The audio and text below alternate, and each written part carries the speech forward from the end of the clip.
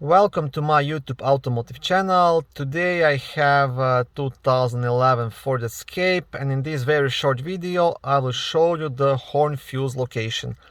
This video applies to Ford Escapes made from 2008 all the way up to 2012. The horn fuse will be located in a small fuse box next to the passenger's left foot behind this cover. To remove this cover, you just want to pull it towards yourself, and now you will get access to the second cover, which is the actual fuse box cover. To remove this one, you will have two black clips, one on the bottom and one on the top. So just want to press this at the same time and pull it towards yourself. It's kind of hard to squeeze my hand in there, but here we go.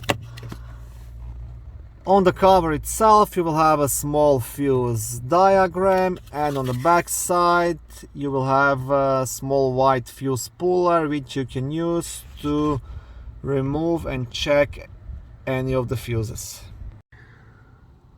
Horn fuse is fuse number 24, which is a 20 amp yellow fuse located right here.